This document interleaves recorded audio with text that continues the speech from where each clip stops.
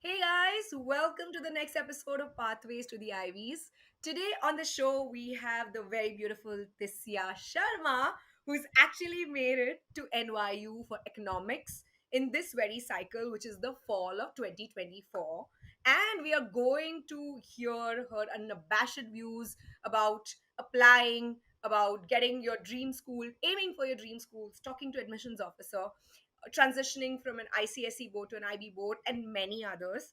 I'm very excited. This was one of the very few interviews I was very excited. I've been chasing her for almost a month with things happening back and forth for some reason not kind of working out the way I would have desired. But I think finally she's on a show. So Tisya, welcome to Hello. the show. Super excited. One of the few episodes I Thank you am for really having looking me. forward to shoot. Thank you for having me. We've been trying to schedule this for so Absolutely. long now. Oh yeah, this was due for the It's longest been a time. I mean, we've while. been going back and Yeah, forth yeah, about yeah, this. yeah. It's finally happening. At least it All in happened. good time. Whenever it has to happen, it happens. That's what my belief is. So, welcome to the show. Thank you. What I would like you to do is give a little bit about your own introduction. I mean, I did give the Yeah. viewers your introduction, but I think to add to that human element on who Tisya Sharma actually is. Besides somebody who's just gotten into NYU, I'm sure there's a lot more to Tisya Sharma, and I know there's a lot more to Tisya Sharma. Yeah, you know me pretty well, so still. But okay, so hi, I'm Tisya. I have been in GNIS for like my entire high school life. I was in ICSE until the 10th grade. And then in the 10th grade, I was considering ISC and IB, and I ended up doing IBDP. And I've been with GNIS IBDP for 2 years now. And so I started applying to colleges and everything. Like I applied to around, I think, 12 schools in the US and 5 in the UK, like most people do. And I applied ED2 to NYU, and that's when I got in for econ. So, yeah, that's my. I'm hopefully going to major in econ and maybe minor in either math or data science. That's the plan right now. But yeah. For the people who don't know Tisya is actually one of the smartest students I've taught Oh, personally. yeah. I was So with Rima. whatever she's taking, please evaluate your caliber against hers No, before you no, go ahead, because don't. I do know that Tisya is She is smarter than quite a lot of she students. is I have overselling it. personally She coached. is overselling it. But I know Rima through SAT because she helped me through SAT and was actually maybe one of the main reasons I've gotten into college right now. So that's how I know her. And she is overselling the smartness. Do not compare yourself to my caliber at all. But I will take the compliment. Okay, we're not going to get into a Yeah, yeah, mutually yeah. I think we should admiration zone stop. and I we'll think get we'll back to keep what going they on need to do. otherwise. Yeah. Absolutely. So, my very first question to you is something that has plagued me so often. Is this entire clout around Yeah. transitioning from ICSE to IBDP? I think, and according to me, it's a myth, but I'll want to know your take on this. That, do you think transitioning from ICSE to IBDP is necessary to get into a better, bigger school out there? Or if you were to have continued as ISC also, Yeah. you would have gotten in the same place. What's your take on this Okay, transition? so this is actually even now that I've gotten into college, whenever I'm like reaching out to people and I'm talking to them, this is the first question anyone will ask me. Like, oh, how did you do ISC to ICSE to IB? Why would you want to do that? Like, it's so different. And then some people are like, oh, it's to get into college. So, in my opinion, first I'll talk about my transition. So, in ICSC, I've always personally been very like I'm more of an academic person than an extracurricular person in general. So I've always been like very academic focused, like since 8th grade, and my family also is very like academically driven. So that's why. And so what happened was in 10th grade when this is how it started. Up until the 9th grade, I was very happy in like my own memorizing this, and like I have to, and my memory is pretty good. Like so, when I'm memorizing stuff, I'm very happy to go and vomit it out on the paper, and you'll get your grades because ICSE is not a subjective board; it's a objective papers. But then in 10th grade, when I was giving my boards, and like everyone was very few people from ICSE shifted to IB from my foyer personally. I think we're 5 or 6 of us. So, and whenever everyone was discussing it, and we had been pretty set on, oh, in India, it's like you do ICSE and then you go to ISE. Like, it's a very set thing. Like, you don't really think, oh, there are other boards, this and that. Like, when IG came to our school in 8th grade, my parents didn't even consider it. They were like, oh, you're in ICSE, you'll do ISE and then you'll figure it out. So then when I started doing my own research, like I was seeing like videos and stuff, and I was like, what if this is something I want to consider? But personally, my opinion, and when I was applying to ISC, I heard this myth a lot. That myth, okay, let's see, I don't know. But I heard this a lot, like, oh, if you go to ISC, you stay in India, and if you go to IB, you go abroad. Like those are your only two, like that was the set category. And I was like, oh, I want to consider going abroad, so I have to keep that option open. So maybe I should do IB. And then I was doing my research and all. And actually I spoke to a lot of people from ISC, like my seniors and all, and they were like, this is not true, you don't need to switch to IB to go abroad at all. And I was like, okay, but once a teacher and once these like if like school counselors also telling us like, oh, it's very easy to go from IB compared to ISC, so it gets stuck in your head. And then I was like, okay, I think even I should switch now. So, and my parents were not that in favor of it, because they were like, it's such a big switch and all, how will you manage? Like, even people who went from ICSE to IG are struggling so much now. Like, how will you manage IB straight and all? Like, what will happen? What if you don't do well? Because they were like, ISE, somehow you like study very hard and you'll do well and you'll figure something out. This is a complete risk. Like, you'll go to IB. What if you don't understand anything? And what if you're not able to do well? So we paid the ISE deposit and all, and we were like, okay, we'll stick with ISE. Let's play it safe. Then I think 2 months before like school was gonna start, I was thinking about it, and I was like, I don't think I'll be happy in ISE, only because I was like, I want to explore new ways of studying, because I was doing my research about IB and it was so interesting to me. Because in ICSE, you don't have any of this research and I's and E's and all. I was reading it and I was like, it was also like in my mind, I was like, this is so cool. Like, I found it very interesting. So I told my parents and I was like, I genuinely think like, worst case, I risk it. And even if it doesn't work out, at least I know that I didn't like never try. So we went to the school and we changed, like we said, okay, we'll do IB instead. um and then when IB started, so my first mistake personally was in the summer before school, I didn't do anything.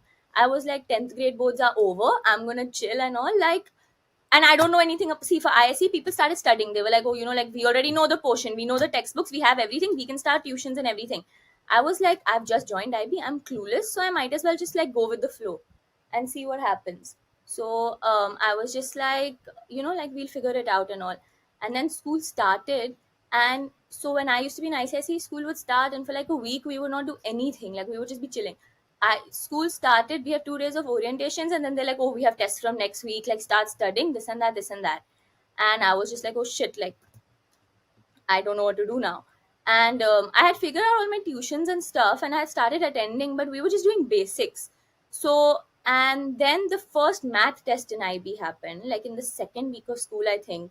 And I was just like, oh my god, like, this math is not the math I've been doing, because ICSE math was so like, formula, put it in the thing, solve it. This math was like, I've racked my brain in that paper, and then I like scraped a 6, and I was just like, and when you're in ICSE, you're like, oh, 90 plus mentality, like you have to get it.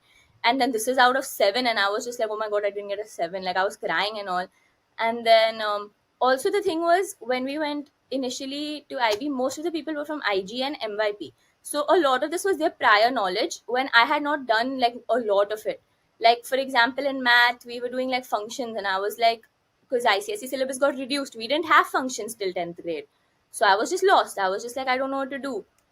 So I think my first mistake was just not preparing, because genuinely, if I had gone for, if I had just done my research in the beginning and been like, oh, this is the syllabus, let me try to like catch up, I think I would have been able to do it a lot better. That being said, I did get the hang of it. Like, after that, when I started studying, so math was honestly, when you say ICSE to IB, math was my biggest struggle, because that was the most different. My IB subjects are Eco and BMHL and Math AAHL. So math was a struggle. Eco and BM are also what I'm naturally inclined to. So luckily I was doing well at those. Like, I was studying hard and everything. Econ, still I got a 5 in Sem 1, because I was just like, I was not able to.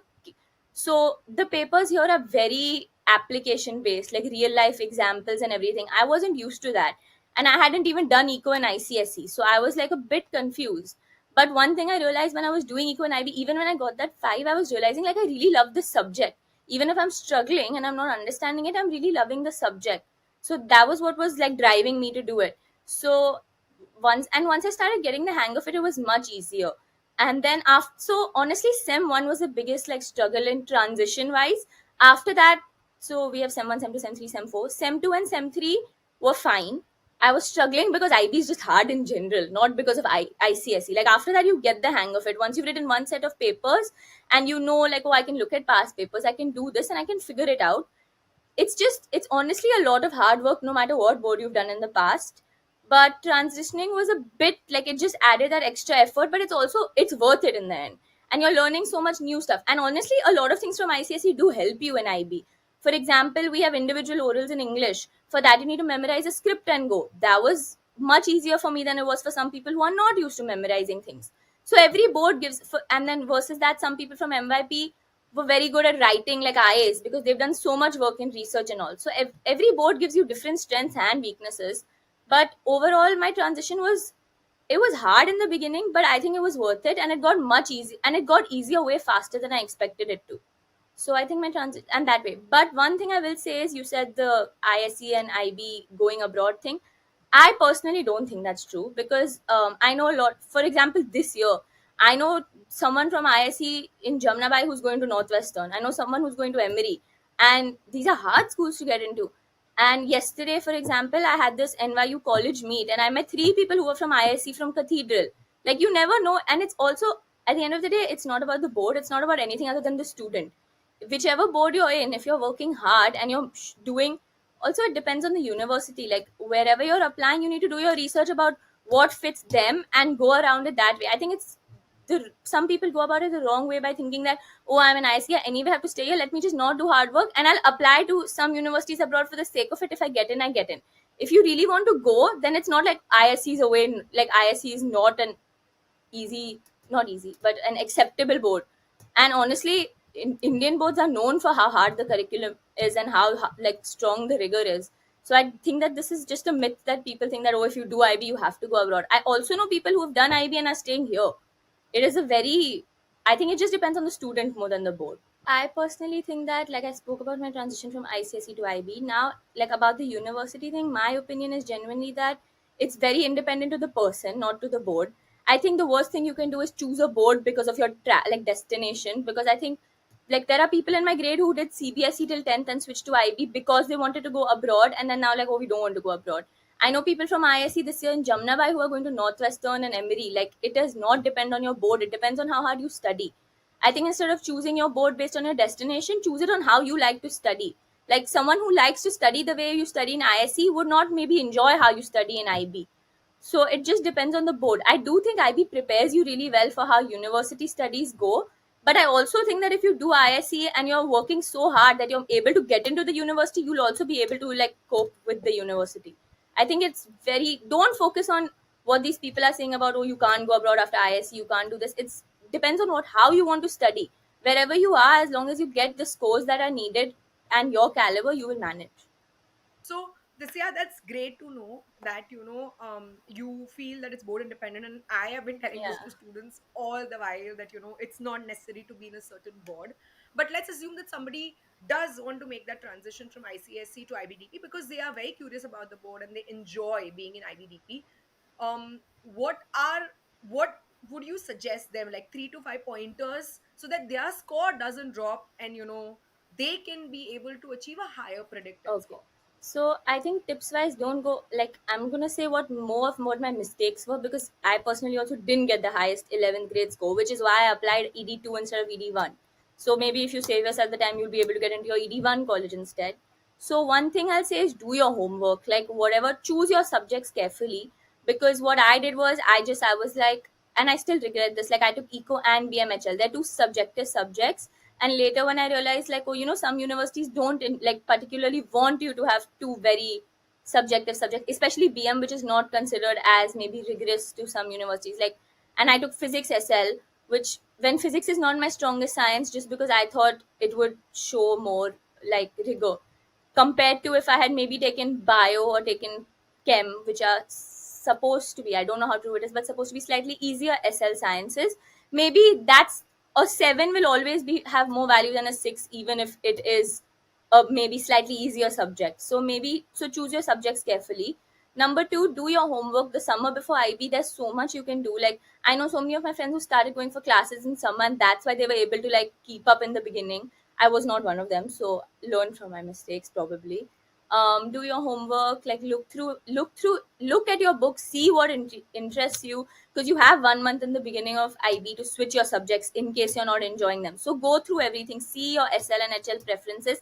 Also, one thing I heard, one of my friends told me, was she had already looked at the paper patterns. So in IB, in different subjects, you have paper 1, paper 2, paper 3. So to better acquaint yourself with that, maybe it would be helpful instead of when the exam schedule comes out and you're like frantically doing your research last minute about what has to be done. Those are my main tips. And also, speak up in class. Like if you're not understanding something, it's much better to say it than to just go with the flow and not end up getting it, because teachers are trying to help you. Those are my tips. Wonderful. Have you heard of something which is known as an IBDP bridging course? I, Meaning, when you transition from ICSE to IBDP, they expect you to bridge the gap, learn the application-based method, learn the calculator. Um, Even if you were not aware, would you suggest this to I think somebody it would be who's really making the helpful, transition? because honestly, I can't lie, I didn't understand the. So in math, for example, I took AA. So I had one paper with a calculator and one without.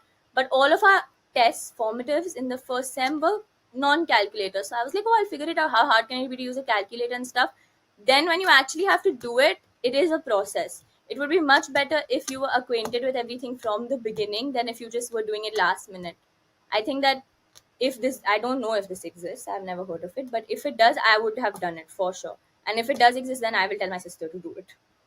So that, Yes, IBDP bridging courses do okay, exist, I and think there are people who provide that bridging course. But long story short, I think I'll summarize your answer that if you decide to make the switch from ICSE to IBDP, you need to make your prep for that transition. Like you need to prepare yourself for the transition in the break between ICSE and yeah, IBDP, because ICSE gets over by February end, yeah, sorry, March March. end, and IB starts in July. the IBDP doesn't begin before July, August, right? So you can use those 5 months to prepare yourself Yeah, not only don't for the overdo it and extracurricular. like starts like learning stuff up and mugging stuff up. That's too much. You don't need to do so much also, but at least just get yourself familiar with what you're going to be studying and how you're spending the next 2 years of your life, because IB is a hard board no matter where you're coming from, and if you're transitioning, maybe it's harder. So just don't overdo it, but also like just know what you're getting yourself into. Wonderful. So that's a great summary. Now let's talk about your profile. I don't want to, I mean, if anybody wants to get into the details of it, of course they will. But this year, I want you to pick out 3 or 4 activities on your Okay. profile that you think absolutely stood out, like they're close to your heart, they worked out for you. If you can just take one of it, explain what did you do as a part of it and for how long did you do it. I'm sure there were things that you did for a longer duration, there were things that you did for a shorter duration. So if you can just pick up 4 activities, concisely put it out for the audience that you think were Okay, so great. I think I'll start by saying, so I actually, when I started with IB, and I met an independent counselor at the beginning, and she had told me, she was like, you haven't done anything up until 10th grade, that's like for your common app and all, and now it's too late to be able to like add enough to like show that it has value. So don't get your hopes up about the activities part. And I was like, you know what, like I'll try my best and then we'll see what happens. It's okay, like worst case it doesn't work out, like it's fine. And like, so some people told me, like, maybe keep your UK options more open, because UK is more academics focused, and US you need a lot of activities. And then I spoke to a couple of people, and then when I start, so I'll talk about my activities now. My profile is very focused on, I have a couple of internships, I have some community service, and then I have like, then there's just some stuff that I like doing for fun. For example, I like singing and playing the keyboard, so that's there. I enjoy, like I participated in MUN in school, so that's there. Like it's a very varied thing. But I think if I have to say 4 things, one thing that's very close to me personally is a research paper I did with this company called Koto. And it was basically, I won't go too much into detail, but it was just, it started as a very simple thing. I was looking for an internship to add to my profile, and I was like, dad, like can you like help me like talk to some people, because that's what you do, you like ask for your dad for connections and all.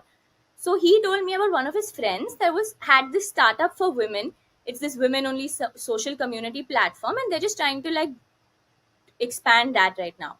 So I was like, oh, that, even if it doesn't work out as an internship, because it's a big company, I don't expect them to like need a high schooler's experience. I would be very interested in just finding out about this. So I spoke to and then dad was like, you know what, I'm not going to do this. You have to like start doing it yourself. So I wrote an email and everything, and I was like, oh, can I please get in touch with you and just discuss this? I just want to see if there's any opportunity here. If not, I'll learn about the like situation and we'll like let it go. So I spoke, and then I was just like, is there any way that I can, maybe not, even if it's not an internship, maybe do some research with you just so I can also like learn more, because by this point I knew I wanted to major in econ. And I told this to the assistant who I spoke to and all, and they were like, oh, like maybe we can try something. And then we were thinking of ideas, and then we just came up with this thing that we'll do a research paper on how the, we all know there's a gender divide on the internet. So we did a research paper on how the gender divide on the internet impacts the economic well-being of women, and the way they're able to, how they, because this is a community platform just with women influencers, like professionals and stuff, and how they are making income and everything on social media. So we went into that, and it was so hard for me because, like I said, I've never done research before. I was struggling. I was like, oh my god, I don't know what to do. And the deeper I was going into it, I was like, I'm so interested in this that I'm like, I was forgetting it was for my profile. Like by the end of it, I genuinely forgot. Like I enjoyed it so much. So we got done with that research paper. And the interesting part was, I had expected it to be a lot easier because I was like, oh, it's my dad's friend, like he'll help me. He was just like, you have to write. So I had to reach out to a lot of, like, I reached out to heads of NGOs, I reached out to government like individuals, like women in power, who I could like get their opinion and stuff. And I don't know how to reach out to people like this. I was writing emails and I was like, please, can I get in touch with you? And then sometimes it works out, sometimes it doesn't. So based on that, whatever happened, primary and secondary research, the research paper happened, and I was so happy with it. But then I was still not satisfied. I was like, maybe there's something else we can do with this. So I was like, you know what, every time y'all have a project or something at Koto, like just tell me, and I would love to like keep being part of them. So then we did this one project that was like with Mumbai police, that was to like help women and increase their like protection. Then we did another research paper that was for education of women. That one was not my research paper. I just participated in it. I was just like looking or admiring it. But I think that was really meaningful on my application because it taught me so much about not just the company but about my major as well, like what I want to study, how I actually enjoy it. Because when you're just studying econ, you don't really realize exactly what you're going to be doing. But when you're like participating in proper research and understanding it, it goes so much further. So that was one thing that I really enjoyed. Another thing was, this is not technically related to my major at all, but it's just, there was this NGO that was actually just someone in my building messaged on this group once that we're crowdfunding for this NGO and we need this much money, and if anyone wants to help, like reach out. I was just like, I'm in my break right now, I might as well like do something good. So it's called Dhai Akshar. So we started, I went to them, and then it was like, it was very basic stuff, like crowdfunding was fine, that's not that like hard. But I wanted to do something on my own also. So like I just went, I taught like 100 kids English, math, and like socials and all. The good thing that I really enjoyed about it was, a lot of NGOs focused just on academics. They were really focused on helping these kids also do stuff outside of just what they're taught in school, like doing, like playing sports, for example, organizing races for them. It was very like meaningful, and you could tell the kids were genuinely enjoying it. I don't know how much it personally added to my profile because I'm not the admissions officer, but I really, so when I was ranked on Common App, when you have to put your activities in order, I put it as my second one just because it was so meaningful to me personally. And it also, because, and there were so many experiences I had there that actually contributed a lot to my essays about, because a lot of colleges have essays about community and stuff, so a lot of that contributed to that.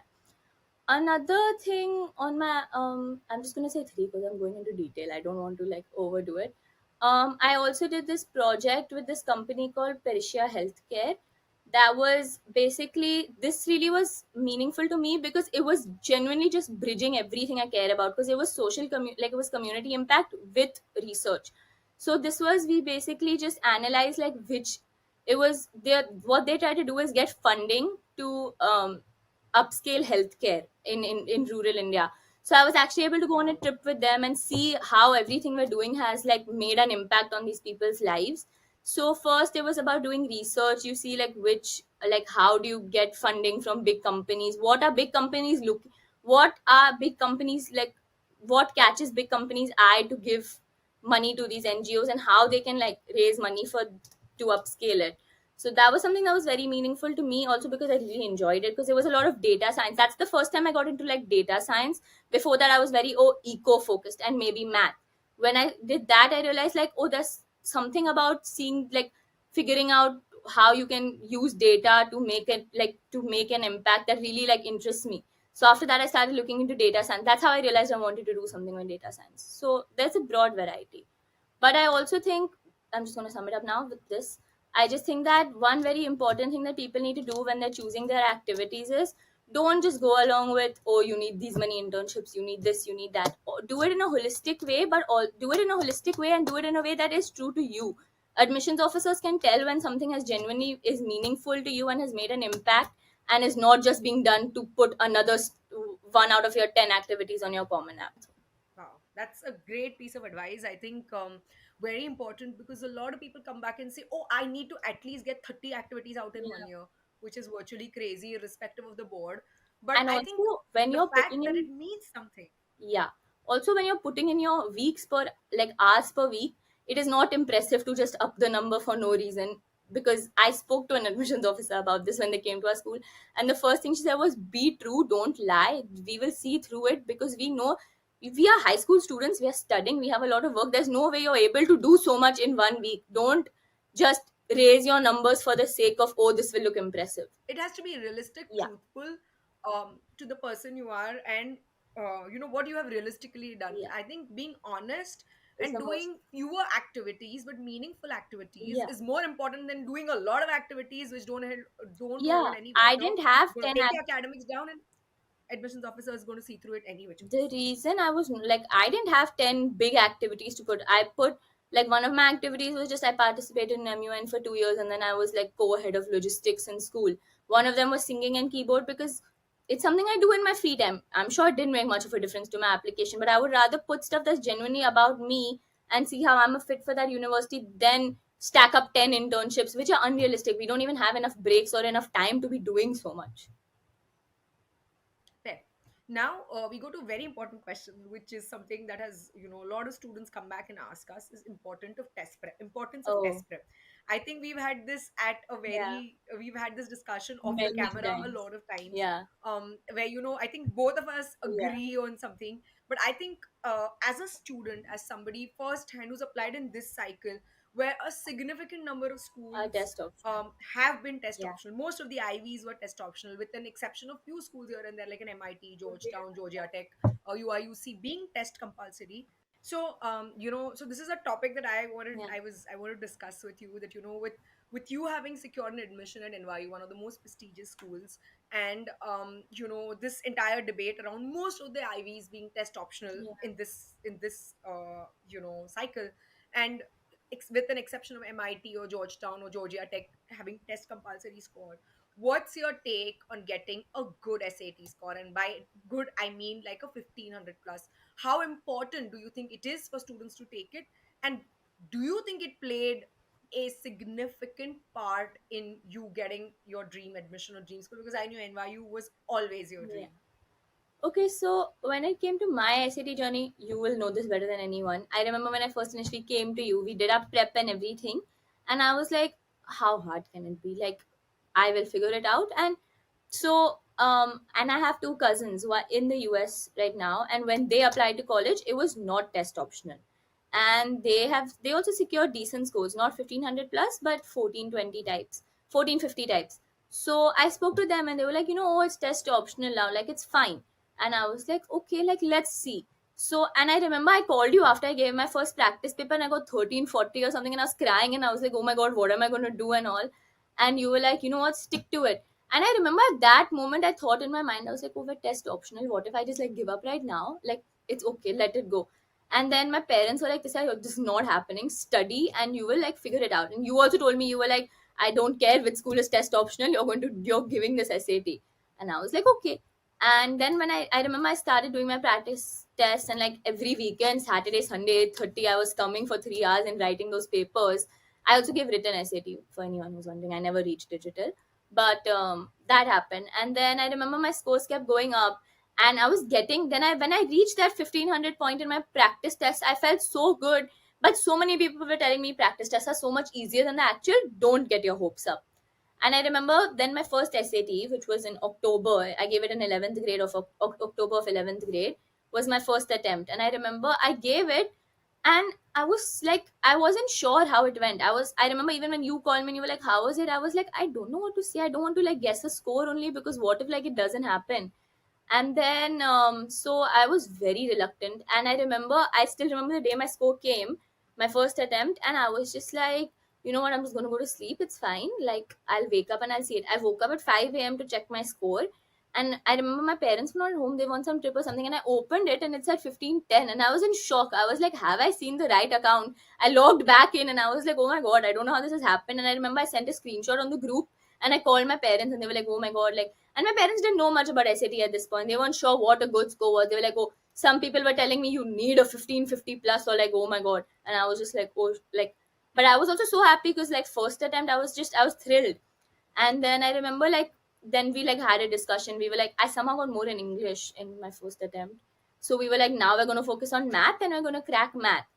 And so I just kept working hard and everything. And then I got 1540 in the end. I like super scored to 1540 and I was very happy. And then when I was applying to colleges, before this, I knew I had SAT, but I also knew I didn't have a high 11th grade score. So in the back of my mind, I was like, how much can SAT genuinely help me? Even if it is 1540 is a very good score, but it's not more important than high school. So I was a bit worried. And then I think when I started applying to colleges, also, even my school counselor, like, she was telling me, like, you know, your SAT will not be able to outdo your high school grades. Like, don't be too optimistic about it. So I started doing my research, and I also thought of it in a way. I was like, you know, maybe I should apply to schools where a higher percentage of their class is not test optional and is submitting scores and stuff. And then I did do that for some schools. Like, for example, I solely applied to Georgetown because it's SAT compulsory. And that was because I was like, oh, I'm going to apply to some really ambitious schools. And I was like, okay, just for the sake of it, one, I'll do Georgetown. And so, yeah, but also when it comes to NYU, I don't know how many people want to know this, but since it was my dream school, NYU actually, when you are applying, allows you to select SAT as your method of standardized testing over your IB predicted. So, for example, I submitted my IB scores obviously because they're my high school grades, but my IB predicted that they say for boards, instead of choosing that as my standardized testing, I selected SAT. My predicted still went to them because I selected both in the end, because my predicted ended up being fine after SEM 3. But if you NYU is a school that particularly values SAT, which is another reason I wanted to secure it in ED. So I think, but overall, my personal opinion is no matter which schools are test optional, and I know even admissions officers are saying this now, SAT will always, it is only adding value to your application. um I would say it is. I know people who have given six attempts to get a good score just because they want to submit SAT to their universities that badly. Especially as because we're international students, I think it adds even more value. Because I don't know where I heard this. I think I saw some video which was like, you know, you don't know how well universities are able to judge the rigor of your courses through Indian boards and through how you, like education is conducted in India, even if it is IB, because it's not American education. But SAT is the one standardized testing that is the same throughout the world. And achieving a good score in that proves that, you know, like I like, especially if it's in the, check the mid 50 range of the high of the schools you're applying to, see where you fall in that area. Luckily my score was high enough that I was in the range of most of my schools SAT wise, maybe not GPA wise, but at least SAT wise. So I think that it is definitely worth it. Stick to it. Give, I'm not saying like keep giving, as like keep giving it if you're not, like, maybe it's okay, it depends on you also, but in my opinion I think it's definitely worth it to give as many attempts as you can to reach your score. Because no matter, I don't want to sound like anything, but in my opinion, no matter how much schools say over test optional, they will always favor someone. If you have this, for example, if your profile is identical to someone else, like grades wise, and you know maybe you'll have a similar range of activities. The one person who has the SAT, if they see a good score, there's no way they're just going to disregard it because they're test optional. I think it's worth it. I mean, yeah. And there is a reason that I know schools that are now going back to being test compulsory because of this. I think, I don't remember which school. Some school just announced that they're going, Most, I think Dartmouth yeah, yeah, went test Dartmouth. I think one compulsory. more Ivy just announced that they're going back to One test more Ivy. I compulsory. can't recall off the top Yeah, of yeah. my head. Because And I think it's a domino effect. Sooner Yeah, or yeah, yeah. later, most of them will Even end for up going test example, even compulsory. UCs that were test blind actually are now coming up with their own test system, because at the end of the day, standardized testing is testing everyone's caliber at a similar level. Otherwise, boards are different, academics are different. Like, you never know what's happening until you have. So I think whether it be SAT or ACT, it's worth it. Other thing that I definitely want to ask is something which is, a lot of people think admissions officers are demons, meaning, Oh, there's somebody I know. sitting on the other No, side the same. of of the world, and they're going to eat you up alive if you ask them questions. Do you really think it is possible Not at all. to, one, Oh, build a relationship or a rapport um, with an admissions officer beforehand? One, two, it is beneficial, and three, is it beneficial? Like, that's a question. And thirdly, I want to ask if it's possible to know in advance by speaking with an admissions officer, whether it's in person or virtual, and understand your chances of getting into a certain school. So let's go with one. How important is it to build the rapport, okay, and so is it again, beneficial? I'm going to speak from my point of view where I made a mistake by not doing this. First of all, they are not demons, they are very sweet, most of them. The few that I've interacted with were very helpful and actually gave me very good tips on how to go about my application. Um, so my I didn't have much of a like connection with any admissions officer until some started visiting our school. I also will not lie, at the beginning of the university process, I was not that proactive about this stuff because I didn't know how it worked yet. And my dad used to tell me all the time, he was like, you need to do better. Like, you need to do it yourself. Like, maybe reach out to people, do something. And I was like, Dad, it's fine. I'm applying. And then I think it started when we had this one conference at school. I think it was Duke, Vanderbilt, Northwestern, Georgetown. And so our school had, and one thing I think actually that people don't understand is, this is when I came to know it's meaningful for you to be able to talk to admissions officers, because our school actually went through an entire process to select ushers for each university based on which university was whose top choice. So at that point, it was top scorers. Like, there was only people who had a 41, 42, and you got to usher and you got to actually speak to them personally earlier. So I know a couple of my friends who did that actually, and they were speaking to the admissions officers. Like, they had a good hour and everything, and then they came for the conference. And so first they all give a general introduction of the university. They talk about the scores and everything, which is just basic stuff. And then we had this 1 hour that was like, you can ask questions personally, one on one, and like meet up with them. So I was personally not that keen on Vanderbilt and Northwestern, so I wasn't interacting with them. Duke and Georgetown, I was interacting with. So first, I think even Duke was not my top choice, but my parents really like Duke. So my mom also attended the conference. But when I went up to the Duke, so she was talking to someone, and I still remember someone was like, "Oh, I got waitlisted. Is there anything I can do?" And she was telling him like, I don't know. Like, Duke is not a school that looks at this stuff and everything. And he was like, "Okay, fine." When I spoke to her, I just told her, I was very open about it. I was like, my scores are nowhere near Duke's level. But do you think I should give it a shot and apply? Oh, this is my SAT. I have a couple. My profile was not complete yet because it was still in 11th grade. I was like, oh, I have this research paper, blah, blah, blah. Do you think it's worth it? And she was like, I don't want to discourage anyone. If it's your dream school, give it a shot. But I personally think that, maybe your profile isn't the best fit for you. She was hinting to me politely that, don't waste your time applying. It's okay. And I appreciated it, because why would I wait? Like, why would I apply to a school I know someone who does this day in and day out? This is her job, is telling me, hinting to me that don't do it. I was like, fair enough. And then I was like, for the sake of it, I'll go up to the Georgetown admissions office also. So I went up to her and I was speaking to her, and I was like, I'm at a 1540. I really love Georgetown. And I just want to know, how true is it that because it's test compulsory, my SAT will hold that much value? And I told her about the high school score thing again. And I was like, I dropped in SEM 2 by 1 point. Like, like, do you think I should do it? And she heard my SAT score and she was like, you know what? I honestly think you should give it a shot, because we do value SAT. Even though she did tell me that they may be going test optional, and I should seize the moment, because right now they are test compulsory for a reason, because it holds value for them. So I was like, okay, you know what? Like, I'll think about it and all. So then she gave me her email, and I remember I emailed her again saying, is there, because I really love Georgetown, but I don't know how much my profile fits this school and all. And she told me, she was like, after the like SAT score and everything, I think it's not a bad idea to apply. Like, go for it. So I did do that, not because I thought, oh, I'm going to get into Georgetown. I spoke to one person, but because if some, they're not going to lie to you for no reason. If they're telling you that, this is what our school values, maybe go for it. You never know how it'll work out. So I think it depends. But one thing I learned from that interaction was that they are genuinely approachable. They are also not coming to India for these conferences unless they're going to give you their genuine opinion. They're not going to travel so far just to speak for some time and be like, oh, don't apply. Like, they are also now, they are giving you their honest feedback.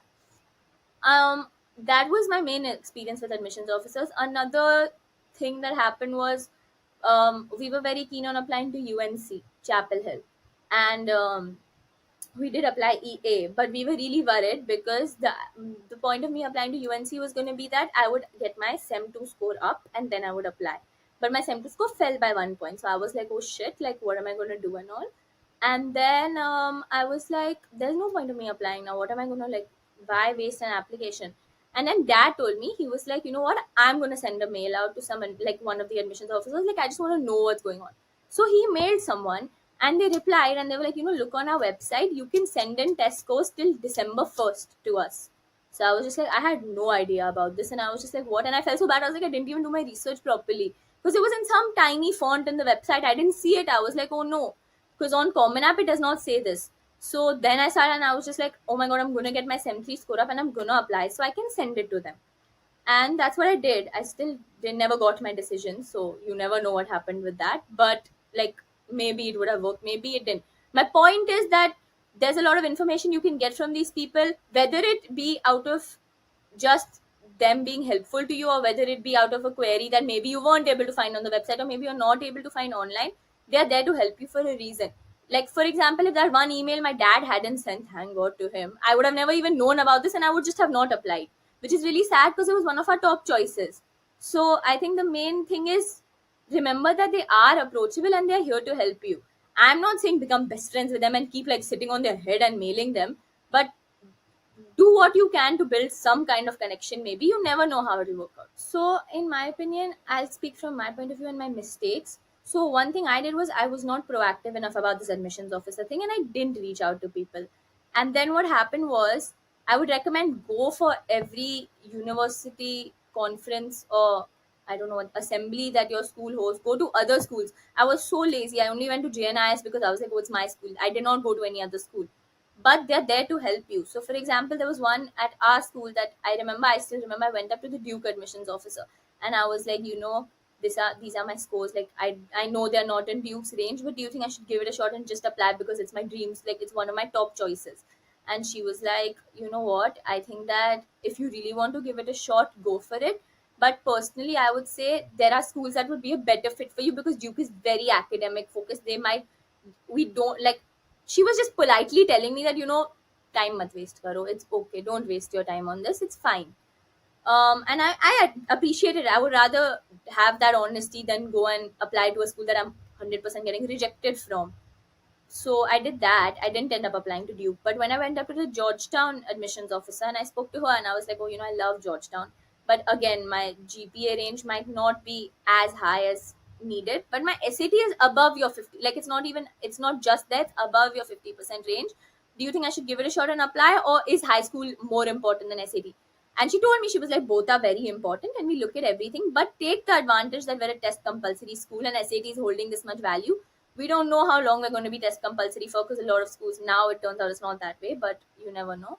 So she was like, I think you should go for it and apply, especially because you're saying it's your, like, you love the school and stuff. I would definitely apply. And I remember I even went back and I mailed her, and I think we went back and forth for a while. I was asking some queries about the campus and stuff, and it was very helpful. So I think you should, anyone who can should take, these are opportunities that are so, can be of so much advantage to you if you take them. Don't be lazy, go out and like make connections and talk to these people. I'm not saying you'll get into the school. I never found out my decision. Maybe I just got rejected by Georgetown, but you never know. You might just, it might play in your favor. Worst case, it doesn't work out. Best case, it does. But go speak to the admissions Yeah, officer. I This should think be you your should. last line. But go speak to them. Be proactive and Not them, admissions officer. go But speak. go speak to the admission. But in short, I think my point is, go speak to admissions officers. See, they will tell you, you learn so much about the university and you learn about how they fit you and your university. And I think it's so important for everyone. Wonderful. Now, I think the last part of the conversation, and then we can wrap it up, is preparing your college lists Oh, and with your nightmare. school and stuff like that. So oftentimes I hear this from a lot of schools that a lot of students that I've been dissuaded to apply to this school or this college by my school or external counselor or some other counselor or just some parent or friend, right? But I think my research tells me that I think I'll make it over there, Yeah. so it's in conflict with what people tell you. It could be internal, external, it could even be your friends and family, Yeah. right? But you have full faith in your own research. What should you do in that case? Like, can somebody really influence your college list in terms of where you should apply or where you should not apply? What's your take on that, Visya? So I personally also, because I was so new to this, my parents didn't go out for undergrad or anything. So we were all very we for the honestly, my parents only knew IVs for the first half of 11th grade. We were very confused. And so we were speaking to counselors. Everyone does this, everyone goes out, like does their research. And one thing I would say is, over everyone else's opinion, stick to your own gut. Not even your research, stick to your gut. Do your research. Very important, first of all. About you, for example, my school gives you restriction, you can apply to 12 schools. Each school that you apply to, do your research, see whether, not just academics wise, don't be like, oh, this is a safety, this is a reach, so I'm going to apply to these 12 schools. Do your research, see which school you fit, and see, oh, would I be happy in this location? Would I be happy in this university? Like, what is there for me? I know some people, for example, some of my friends who are really into dance or for music, so they'll apply to schools that are maybe more interdisciplinary than very academics driven. Go to a place where you know you'll be happy. But that's once you get in, that's a decision for once you get into schools. When you're applying to schools, so I personally, NYU was my dream school. I really wanted to apply the ED1, I remember still. And I remember I spoke to some counselors, and my school counselor also told me, like, NYU has a policy that they will only accept the top 7% of the high school class. So, do you think you want to get your score up and apply ED2 instead? And my parents were like, you know what, they said, don't do it, don't waste your time, because ED1 chances are the highest to get into school. Don't waste your time, apply right now. And I got so scared by this. I was like, what if I just get rejected and then I never have a shot of getting into NYU? So I was like, you know what, fine, I'll apply ED2.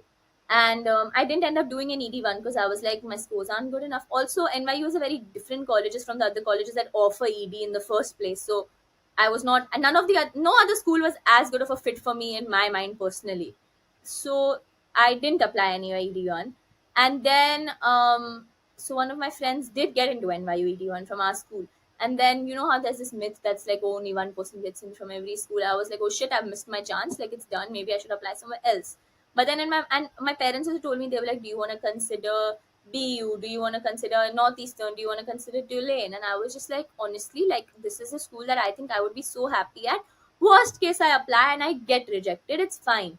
This is not even just guidance academics wise. One of my independent counselors told me, you haven't been to New York before, you'll be lost in New York, you won't be able to survive, don't apply to NYU. The NYU campus is so scattered, like you'll have to take a shuttle and all, like what. But the thing was, when I was doing my research, I was so excited by all of this that I was like, you know what, it's fine. Even if they're not happy with my decision, I'm going to do this because it makes me happy and I want to take the risk. So I did it. Luckily it worked out. Maybe it wouldn't have, but I know one thing. I would be, if I had gotten rejected or waitlisted by NYU in ED2, I would have at least known that I went for it and it was my own decision. What if someone tells you don't do it and you don't do it, and then later you're like, oh my god, I could have gotten in, but I went with someone else's vote. Always trust your own word. The same thing for applying to my RDs. So when I was applying to my early application schools, I went a bit pragmatic. I was like, I don't want to be too ambitious. My scores might not be high enough. Like, it's fine. I will listen to my counselors and I'll go with it. I applied, and luckily I got into all of my EA schools. Except for Chapel Hill, I got into all of my EA schools. And before I was applying, all of them had told me, this is not a safety for you. Like, don't be optimistic at all. And then when I got into them, I was like, oh, you know what? Now I'm not gonna. And at that point, my RD list was also not that ambitious. It was like schools that were in my score range but were not that ambitious. Then I was like, you know what, now that I've secured some admissions, I'm not going to listen to anyone else. I'm going to apply to whichever schools I would go to.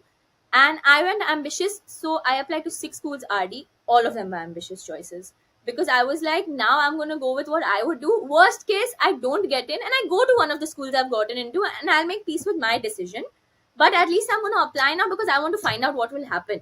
So I applied to Emory, I applied to Georgetown, I applied to like every school. I was like, I'm just going to like aim for the moon now. It's okay. And to be fair, I never did get my decisions, but I feel like even if I had gotten those 6 rejections, I would be so happy just knowing that, I went for it and it's fine now. Like whatever has happened has happened. Same thing with UK. My school counselor was like, there's no point of applying to LSE. They will never take you without a math 7. I was like, I know that, but I might as well just do it. What if there's a 1 in a million chance also? I knew it was not going to happen. But I was like, chalo, like, first of all, UK is not my prime destination. Best best case I get in, worst case I don't get in, I'll go somewhere else. I think that's why my one advice piece of advice would be, make sure that all of the schools on your list are schools you would be happy at, whether they be safeties or whether they be ambitious choices. Even your safeties, do your research about the location, do your research about the campus, so that you're not just going there because, oh, I got in. Like, just be sure that you'll be happy wherever you go, because two of my EAs, I'm not going to say anything about the colleges, but they were not schools I would have been very happy at. Two of them were schools I would have been happy at, and I was very happy to get in. So also, it is so worth it to feel that happiness when you get in, because you know that, oh, I applied here because I wanted to apply here and because I want to go here, not just because someone told me that this is a safety and this is a target and like whatnot. So I think at the end of the day, make sure that your list is in your hands. Take people's advice, talk to other people. Everyone is not, no one is out to get you, everyone wants to help you, but trust your research, do your own research.